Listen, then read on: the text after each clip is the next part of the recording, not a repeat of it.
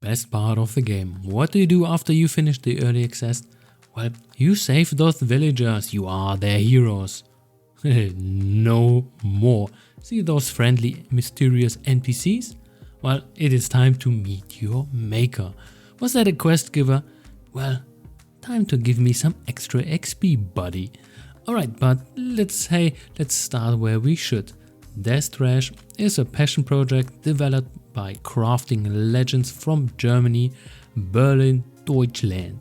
So this game was made in Unity, or is basically made in Unity in its current early access stage, and has some really good reviews. So if you want to chip in and check it out, here you go. And here of course comes a review from my side. So the story is quite easy. You are thrown out of the city or bunker, or basically a place where you were before, and then they just say like, hey, you are sick, it's time to go out and never to return. So bye bye, have fun in the wastelands, which is inhabited by some really creepy flesh monsters and robots. And basically there are those humans in between, which are just more or less just scavengers in this world. So what you see right from the get-go, this is a big homage or tribute to Fallout 1 and 2, so the very first two ones, but now the combat is in real time. So this is a little bit the change to that, but the rest is pretty much one-to-one. This is grim, dark fantasy, post-apocalyptic, of course with some mature humor and gore. There's tons of free roaming, and you're solving short but silly side quests, and I must say they were pretty decent even for an early access. There was, for example, the puking competition. Yes, you heard me right. That was just weird.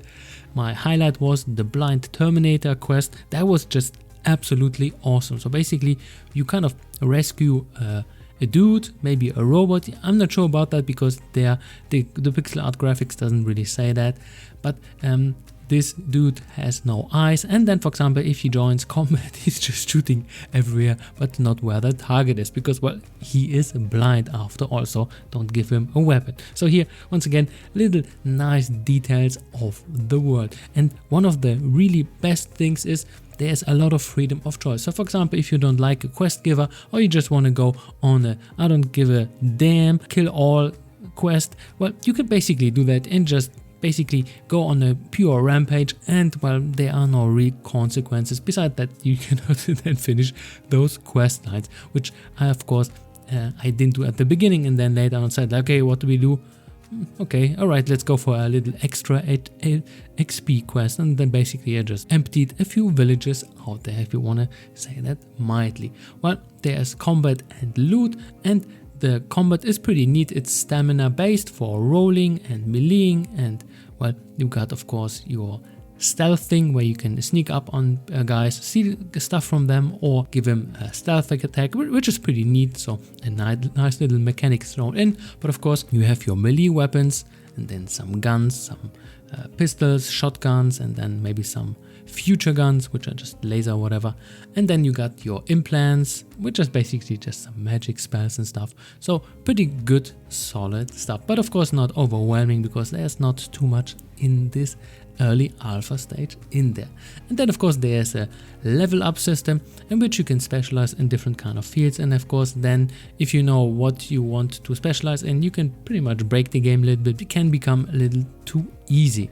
Alright, so the pros of the game is the atmosphere and the world building are excellent. I love it. For example, I actually was intrigued by how well it was portrayed, that you are in a different world and you're just thrown in and you're like, what is basically happening, and you want to find out more about this world because it's really exploring kind of a mysterious thing, because you're just in there and you don't know what's going on.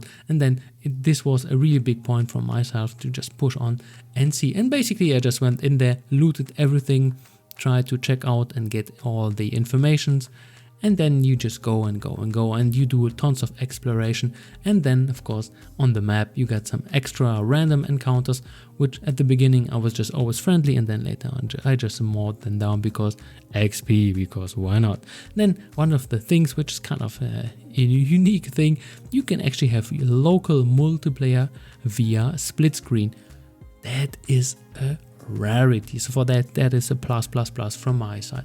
Then of course you got your quest, and normally it just says like, hey, go to my cellar, kill those 10 rats, blah blah blah.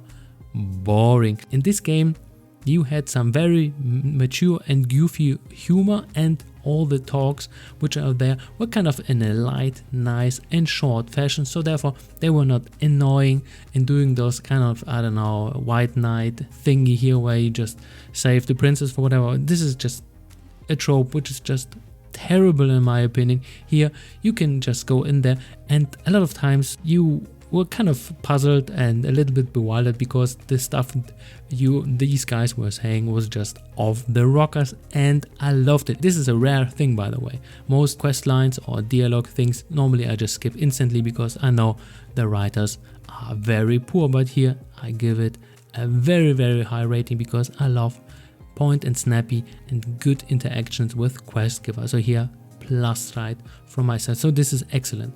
So the next thing which you can see, this is a passion project from one dude, and I guess he now currently bumped it up, so he has a small team, and then they want to publish to a lot of platforms. I guess I saw like Steam, Switch and so on, so basically a lot of platforms it will be on.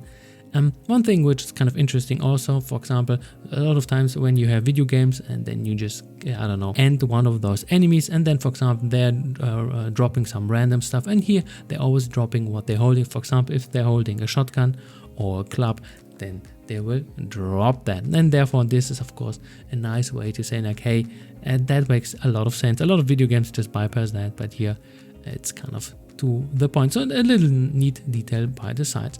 Of course, there is always some mini local lore if you're reading some papers and things on the way. So if you're going into some vaults or dungeons or whatever, some mini areas, and then there are some reports or just saying like what kind of circumstances were there and so on, and therefore you can, if you like, get more. And this is basically a thing which Fallout 3 and 4 always does, that you just enter a random location, so one of those caves and vaults and whatever, and then inside you have a little lore which you can explore, of course, very rudimental, and here you can do that too. So here once again a nice little touch if you like to have a bit more of the story, but of course a lot of times it doesn't lead anywhere, so this is just extra filler, but nice content anyway. Then of course you got a very basic crafting system. You read some papers and boom, you can craft some armor and health picks. This is it, very easy and good stuff on the way. And of course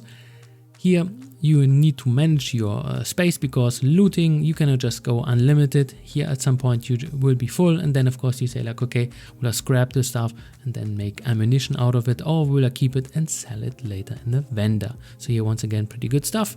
And of course you got the memory system by completing quests. So for example, if you quest, then you just see those icons, and some of them you can actually equip as passive bonuses. So that was a nice touch already. And then of course the last thing, you got very enjoyable loot and combat, and basically this stuff is feeling pretty neat. So it's not like world shattering the best and whatever, it's kind of basic, but I enjoyed it anyway.